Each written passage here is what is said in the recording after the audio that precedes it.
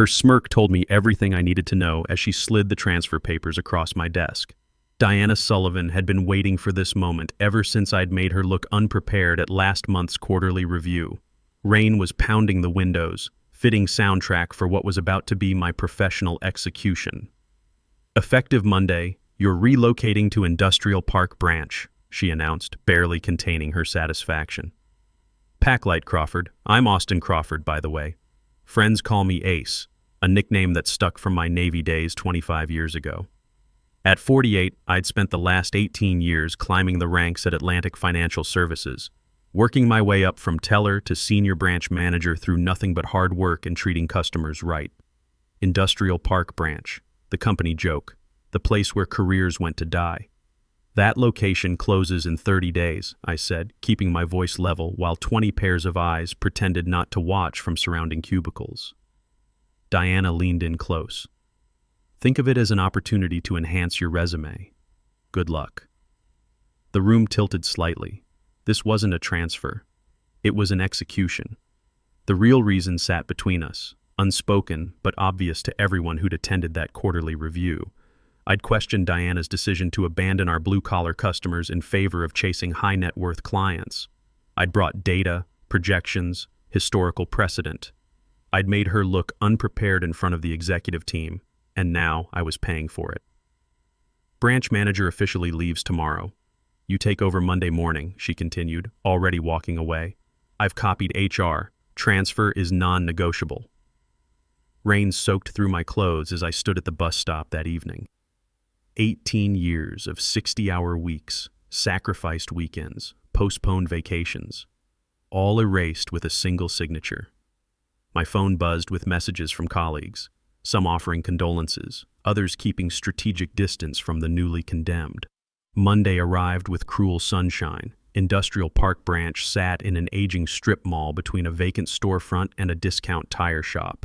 The sign letters had faded to pale blue, barely visible against the cloudy sky. Inside, the carpet was worn to threads in high-traffic areas, and desktop computers looked like museum pieces. 5 employees looked up when I entered, their expressions mixing confusion and pity. Nobody had bothered telling them a new manager was coming to oversee their final month. "I'm Austin Crawford," I said, placing my single box of belongings on the nearest desk. "Apparently, I'm your new manager." A woman with gray-streaked hair and tired eyes approached. "I'm Barbara Wilson. Everyone calls me Barb.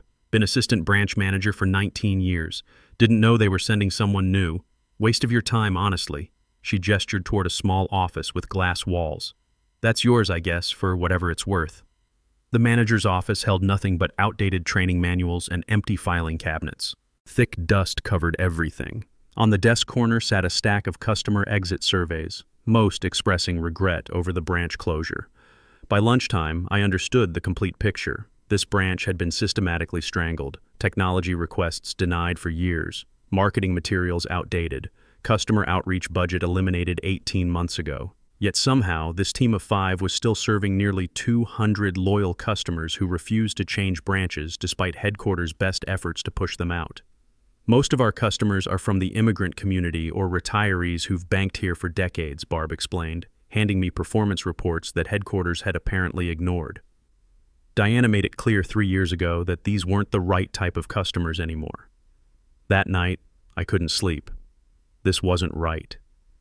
Diana had sent me here to fail, to quietly process paperwork until the branch closed, adding a humiliating final note to my employment record. I pulled out the local area map I'd taken from the branch. Something about the location kept nagging at me. The commercial zone looked different from what I remembered. I opened my laptop and checked the city development website. It clicked. Industrial Park Branch sat exactly 4 blocks from Harbor Point Business District, the city's massive redevelopment project that had transformed abandoned warehouses into the fastest-growing small business incubator in the region. Over 225 new business startups had moved in during the past year alone, with hundreds more expected. And we had a branch, the only financial institution within walking distance. I dug deeper.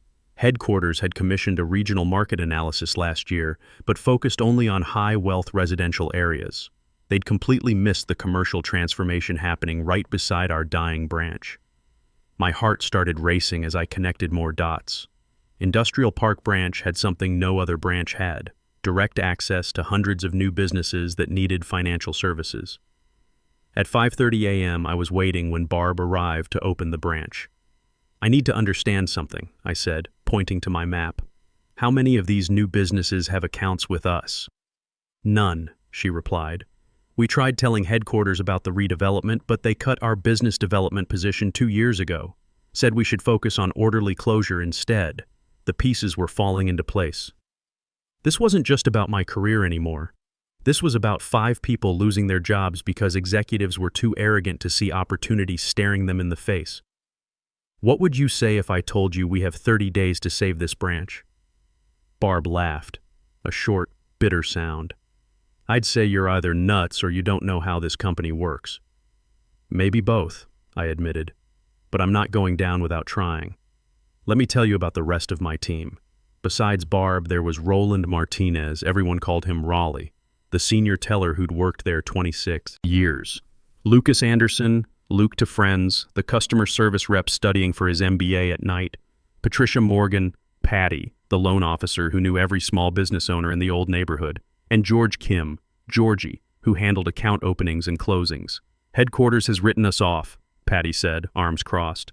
"I've submitted business projections about Harbor Point 3 times. They don't even respond anymore." I pulled out my laptop and showed them the research I'd done overnight. "The company doesn't see what we have here, but that doesn't mean we can't show them." "Show them what exactly?" Luke asked. "That we can get a few new accounts before they lock the doors? They've already told customers we're closing." "What if we could get 47 new business accounts in 30 days?" I challenged. "What if we could show revenue potential that's 10 times what this branch currently produces?" Raleigh shook his head. "Even if we could, Diana would never admit she was wrong. She's been dismantling branches like ours since she arrived. I'm not trying to convince Diana," I explained. "I'm going over her head straight to the executive committee." Georgie, who hadn't spoken until now, leaned forward. "How?" "By doing exactly what this branch was always meant to do: serve this community." Only now the community has changed, and nobody bothered to notice. That day, we took inventory of what we had: 5 committed employees, an outdated branch, and 30 days before closure. Company systems showed we had 0 budget for marketing, 0 allocation for community outreach, and 0 expectations for anything but an orderly shutdown. "First, we need to understand what these new businesses actually need," I said, spreading a map across the break room table. "Patty, you have experience with small business accounts. What would attract these startups?" Patty considered this. Quick approval processes, flexible terms for new ventures, and someone who understands their specific industry challenges, which is exactly what our premium direction doesn't offer. "They need banking that comes to them instead of making them jump through hoops," Barb added. I nodded. "We need to meet these businesses where they are, literally." My plan was simple but risky. While headquarters thought we were processing closing paperwork, we would transform the branch into a business development hub focused exclusively on Harbor Point startups. Like planning a mission, we'd run the operation under their radar. "This is career suicide," Raleigh warned, though I noticed a spark of interest in his eyes. "Diana will crush any successful initiative from this branch." "Probably," I agreed, "but I'm already dead in this company. We all are. So we might as well go down fighting." Georgie spoke up. "I have contacts at the Harbor Point Management Office. My cousin works in their administration." Luke pulled out his phone. 3 of my business school classmates are in startups there. They've been complaining about having to drive across town for banking services. By end of day, we had divided responsibilities. Patty and I would develop tailored financial packages for startups. Luke and Georgie would handle outreach and relationship building. Raleigh and Barb would manage existing customers while training all of us on quick approval protocols. Everyone had each other's 6. The next morning, we arrived an hour early. I'd spent the night creating presentation materials on my personal laptop since our branch computers couldn't run current software. We transformed the branch's dusty conference room into a strategy center with maps, target lists, and service matrices taped to the walls. "If headquarters asks, we're organizing customer transition files," I instructed. "Everything else stays between us." By noon, Georgie had secured us an invitation to a Harbor Point networking event that weekend. By Tuesday, Patty had drafted specialized offering sheets for tech startups, service businesses, and manufacturing ventures. Luke organized current customers into a referral network, incentivizing them with special rates to introduce new businesses. Our first obstacle appeared Wednesday morning, an email from Diana. All Industrial Park branch staff are required to attend closure training sessions downtown, effective immediately. Daily sessions 1 o'clock to 5 o'clock p.m. for the next 2 weeks. This would kill our outreach efforts. The team looked to me, panic evident. She knows, Raleigh muttered. Someone tipped her off. I considered our options. Barb and I will attend. The rest of you develop technology issues that require you to remain at the branch. If anyone questions it, you're helping customers transition their accounts. The training sessions were soul-crushing exercises in corporate doublespeak. Customer relationship transitions meant teaching clients to use ATMs instead of tellers. Career development opportunities meant applying for positions at other branches that didn't exist. Diana made a point of acknowledging me on the first day. Settling in at Industrial Park, Crawford? I trust you're finding it educational. The satisfaction in her voice just made me more determined. Meanwhile, our team was making progress. Patty had made contact with 16 businesses and scheduled appointments. Georgie and his cousin had arranged for us to set up an information table at Harbor Point's monthly merchant meeting. Luke had convinced his professors to bring a business class to our branch for a real-world banking workshop. Our second obstacle arrived Friday morning. The company system showed all our cash handling limits had been restricted and loan approval thresholds reduced to almost nothing. This is standard closing procedure, Barb explained. But they've accelerated it. We're essentially functioning as a customer service desk now, not a full branch. I called an emergency meeting. They're trying to choke us without officially interfering. We need to adapt. I know someone in the downtown branch, Luke offered. She might process applications for us under their authority. And my old manager at North Branch still takes my calls, Patty added. He might sign off on initial approvals. We reorganized our approach. Instead of processing applications at our branch, we would serve as the relationship front end with paperwork flowing through sympathetic colleagues at other locations. It was cumbersome but functional. We'd run a distributed operation. By end of week 1, we had opened accounts for 7 Harbor Point businesses. Small victories, but momentum was building. Word was spreading through the entrepreneurial community about the branch that comes to you. Our makeshift mobile service where Patty and Georgie would actually visit startups to process paperwork. Then came our third and most serious obstacle. Monday morning of week 2, I arrived to find an IT technician removing our computers. System upgrade, he explained vaguely. Orders from regional office. By noon, our internet connection had been accidentally disconnected. Our phone system developed maintenance issues. We were effectively cut off from company systems. This isn't coincidence, Barb said as we gathered in the now empty conference room. Diana's figured out what we're doing. The team's energy deflated. Without systems access, we couldn't process any new accounts or service existing ones. That's it then, Raleigh sighed. We gave it a good shot. I felt the weight of responsibility. I had given these people false hope, convinced them to risk their final employment days on an impossible mission. Now they would have nothing to show for it except possibly negative references from a vindictive executive. We sat in defeated silence until Georgie spoke up. My cousin says Harbor Point has unused office space with internet connection. What if we relocated our outreach efforts there? Without company systems, Patty questioned. What if we created paper applications? Luke suggested. Old school. We collect all the information, documentation, signatures, everything needed, then process it all when systems access is restored. The energy in the room shifted. You could see it in their faces. We weren't giving up. Or, I added, what if we brought the completed paperwork to other branches for processing, split it between multiple locations so no single manager bears the full risk of helping us? Patty smiled for the first time since I'd met her. I know at least 3 branch managers who hate Diana as much as we do. By Wednesday, we had established a guerrilla operation. Mornings were spent at Industrial Park branch maintaining appearances and serving existing customers with manual workarounds. Afternoons, we rotated through Harbor Point in pairs, working from a borrowed office with pop-up financial services handwritten on the door. Word spread through the startup community about the branch that wouldn't die. financial professionals willing to understand their unique needs when the corporate structure had abandoned them. We began attracting attention not just from small startups, but from established Harbor Point businesses frustrated with their current financial institutions.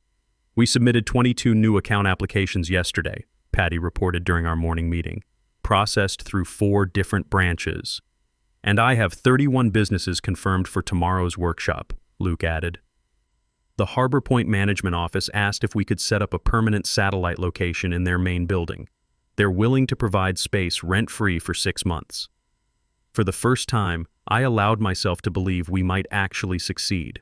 The numbers were solid. In just 2 weeks, we had generated more new business accounts than the branch had acquired in the previous year. The potential revenue from these relationships, especially as these startups grew, was substantial. But Diana wasn't finished with us. Friday morning, I received an email that made my stomach drop.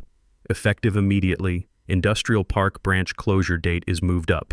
All operations cease Monday. Staff termination processing will begin Tuesday. Required branch inventory Sunday, 9:00 a.m. Your attendance is mandatory. I stared at my phone. We had just lost 2 crucial weeks.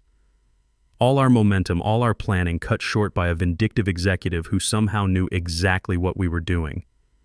The team's reaction was predictable: shock, anger, resignation. She won again, Rowley said, shaking his head. Just like with the East Branch and the airport location. Barb placed a hand on my shoulder. You tried, Austin. That's more than anyone else did for us. I looked around at these people who had trusted me, who had worked incredible hours on nothing but faith in my plan. I couldn't let them down. Sunday inventory, I repeated slowly. That gives us approximately 48 hours. For what? Patty asked. It's over. No, I said. It's just changing form. If we only have until Sunday, then Sunday becomes our deadline to present our case. To who? Luke asked. Diana's the one closing us down, and she's made it clear she won't listen. Not to Diana, I said, pulling out my phone. To the executive committee. They meet Monday morning to review quarterly performance. Diana was supposed to present the successful branch consolidation strategy as part of her report. The committee won't see us, Barb objected. Believe me, I've tried reaching them before. They won't have to see us, I explained. They'll see our results. I pulled up the company organizational chart I'd downloaded months ago. Catherine Stevens, Chief Financial Officer. Her nephew owns a tech startup in Harbor Point. Amanda Rodriguez, Operations Director. She's been pushing for small business expansion for years. Terrence Washington, Chief Marketing Officer. He was publicly criticized last quarter for the company's retreat from diverse communities. Understanding dawned on their faces. You're building an alliance, Patty said. No, we're building irrefutable proof that Diana's strategy is flawed and that she deliberately sabotaged a profitable opportunity. But we have less than 48 hours to make it happen. The energy in the room shifted. You could feel the determination kicking in. How many accounts do we need to make this undeniable? Barb asked. I did quick calculations. At our current conversion rate, 47 new business accounts would project to over $2.1 million in first-year revenue. That's 10 times what headquarters forecasted for this branch's final year. No executive could ignore that discrepancy. We have 29 confirmed, Patty reported. Need 18 more by Sunday. We'll need documentation, Luke pointed out. Irrefutable evidence of everything. The accounts, the projections, the interference from Diana. And we need to present it in a way they can't ignore, I added. Georgie stepped forward. My cousin says Harbor Point is hosting a press event Sunday afternoon. The mayor will be there to announce new infrastructure improvements. All the local business leaders will attend. Perfect. If we could secure enough accounts, document our case thoroughly, and create a public moment too significant to ignore, we might just pull off a miracle. But as we dispersed to execute our final push, my phone buzzed with a text from an unknown number. Diana knows everything. Board meeting moved up to Sunday night. Your branch records are being audited now. Be careful. I showed the message to Barb. We have a bigger problem than we thought. The board meeting has been moved up to Sunday night. That can't be coincidence, Patty said, looking over her shoulder. Sunday inventory followed immediately by a Sunday night board meeting. Diana's going to present the branch closure as already completed, I concluded. Done deal before anyone can question it. We were running out of time, and Diana was actively monitoring our activities. We need to go off-grid, I decided. Nothing through company channels, no company devices, no company locations. Within an hour, we had relocated our operation to the back room of Marina's Cafe, a small business across from Harbor Point owned by one of Raleigh's longtime customers. Marina cleared space, provided coffee, and promised discretion. My father couldn't get a business loan for 10 years until your branch helped him, she told Raleigh. Use whatever you need. We divided into teams. Patty and Georgie would continue direct business outreach. Luke would compile our performance data and projections. Raleigh would coordinate with sympathetic branch managers to process paperwork. Barb would prepare the presentation materials. I had the most delicate task, reaching out to potential allies on the executive committee without alerting Diana. Catherine Stevens plays golf every Saturday morning at Hillcrest, Barb informed me. She's usually done by 10:30 and has coffee on the terrace. How do you know that? I asked. I've worked here 19 years, she replied with a small smile. You learn things about executives when they think you're invisible. Saturday morning found me sitting at Hillcrest Country Club's terrace, nursing an overpriced coffee and rehearsing my approach. When Catherine Stevens emerged from the clubhouse, I recognized her immediately from company events. Tall, silver-haired, perpetually serious. I waited until she had settled at a table before approaching. Ms. Stevens, I'm Austin Crawford, Industrial Park Branch Manager. Her expression shifted from annoyance to confusion. Industrial Park? Isn't that closing? That's what I needed to discuss with you, ma'am. It concerns your nephew's business in Harbor Point. That caught her attention. Jordan's startup? What about it? He's one of 37 businesses we've signed in the past 2 weeks. Businesses that now have no local branch to serve them since our closure date was suddenly accelerated. Stevens's eyes narrowed. Sit down, Crawford. For 20 minutes, I laid out our discovery about Harbor Point's potential, our guerrilla campaign to serve these businesses, and the systematic obstacles we'd encountered. I presented preliminary numbers showing projected revenue that far exceeded the branch's previous performance. Why am I just hearing about this now? Stevens demanded. Because Diana Sullivan has been actively suppressing this information while fast-tracking our closure, I answered, sliding across copies of our rejected market analysis and system access revocation notices. Stevens studied the documents, her expression darkening. These projections are substantial but without official company records. We've maintained independent documentation of everything, I assured her, and we have confirmation from over 30 businesses willing to verify their interest. Stevens was silent for a long moment. The board meeting has indeed been moved to Sunday evening. Diana has requested expedited approval for her branch consolidation strategy. Can you delay the vote? I asked. Not without cause. I'd need more than projections. I'd need proof that this opportunity is real and substantial. She checked her watch. I need to go. As she stood, I played my final card. The mayor is announcing new infrastructure investments for Harbor Point tomorrow afternoon. The press will be there, so will the business owners we've been working with, all talking about how our branch has been the only financial institution actively supporting their growth. Stevens paused. What time is this announcement? 3:00 p.m. Harbor Point Plaza. I make no promises, Crawford. I returned to Marina's where the team had been working through the night. The cafe tables were covered with paperwork, laptops, and empty coffee cups. Everyone looked exhausted but determined. We've reached 43 confirmed accounts, Patty reported. Need 4 more to hit our target. The presentation is ready, Barb added. All the documentation is organized. I've created projections showing 5-year growth potential, Luke said. The numbers are conservative but still impressive. We had our ammunition. Now we just needed to deliver it at exactly the right moment. Sunday was going to determine everything. At 2:45 p.m. Sunday, we arrived at Harbor Point Plaza, where a crowd had already gathered. Local news cameras were setting up near a small stage. The mayor and other officials were chatting with business owners. And standing at the edge of the gathering, looking distinctly uncomfortable, was Catherine Stevens, along with 2 other members of the executive committee. They came, Barb whispered, gripping my arm. But where's Diana? She'll be here, I assured her, though uncertainty gnawed at me. If Diana chose not to appear, our public confrontation strategy would collapse. At precisely 3:00, the mayor approached the microphone to announce a $50 million infrastructure investment in Harbor Point. As she spoke about economic growth and business development, I scanned the crowd anxiously. Then I spotted her, Diana, standing near the executive committee members, speaking urgently into one's ear. The mayor concluded her remarks and introduced the Harbor Point Business Association president, who began acknowledging key partners in the district's success. And we'd especially like to recognize the extraordinary team from Industrial Park branch of Atlantic Financial Services, who have become vital partners to over 40 businesses here in just the past 3 weeks. Applause erupted as he gestured toward our team. Diana's head snapped up in shock. In fact, the association president continued, "I'm told they've single-handedly demonstrated the viability of financial services in our district, generating impressive projections that have caught the attention of their corporate leadership." Stevens stepped forward, whispering something to the association president, who nodded and yielded the microphone. "Good afternoon," Stevens began. "As Chief Financial Officer, I'm always interested in growth opportunities. What I've learned about the work happening here is illuminating, particularly since our current strategy explicitly deprioritized these markets." That was my cue. I approached the stage, portfolio in hand.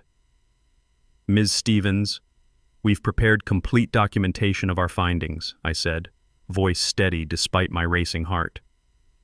47 new business accounts established, projected first-year revenue exceeding $2.1 million, growth potential analysis for the next 5 years.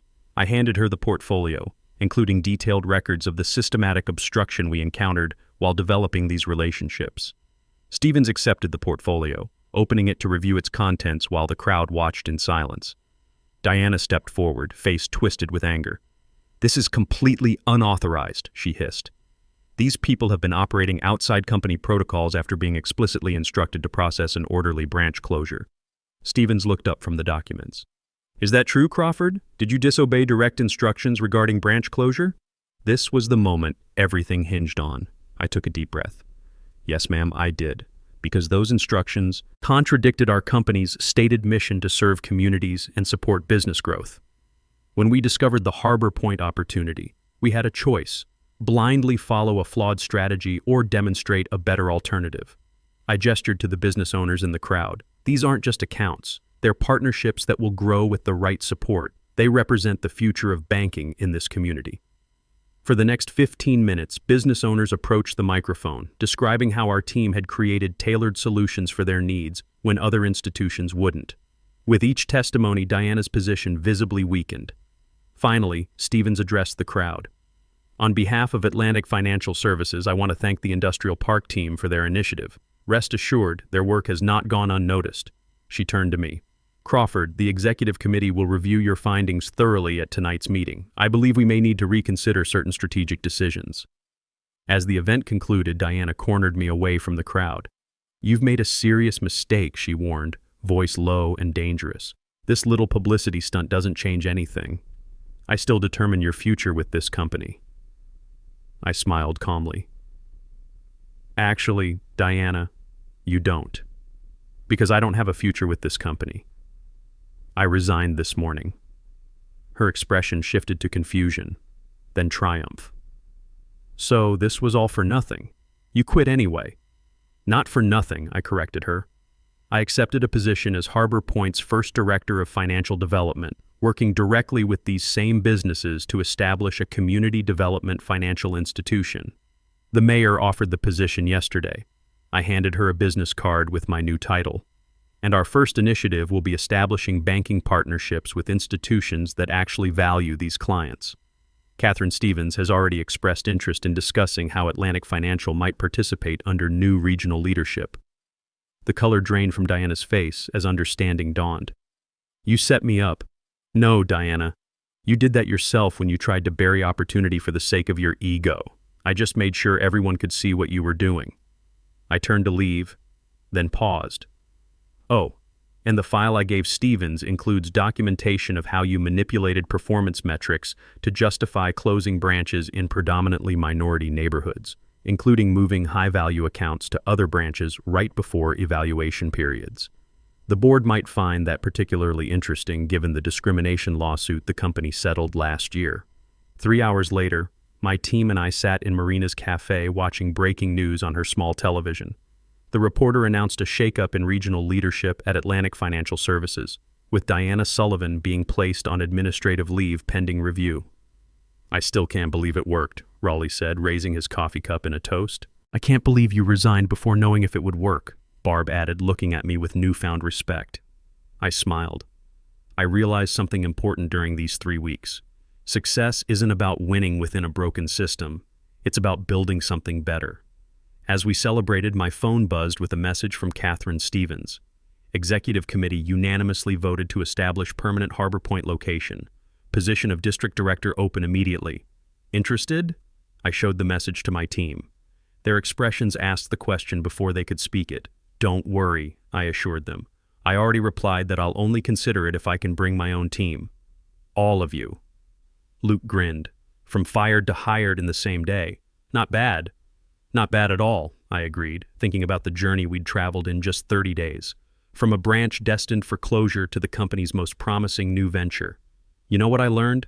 Sometimes the best revenge isn't about destroying your opponent. It's about proving them wrong in ways they can never undo. Diana tried to bury me in a dead-end branch, but she handed me the exact opportunity I needed to show what real leadership looks like. The irony? She could have taken credit for discovering the Harbor Point opportunity herself. Instead, her need to punish me for questioning her strategy cost her everything. 3 months later, our Harbor Point branch became the top-performing location in the region. Diana's replacement reached out personally to ask how we did it. Turns out, when you actually listen to your community and treat people with respect, amazing things happen. My team? Every one of them got promoted. Barb became Assistant District Director. Patty heads our Small Business Development Program. Luke finished his MBA and runs our Startup Services Division. Raleigh trains new managers in customer service excellence. Georgie manages our community outreach initiatives. And me?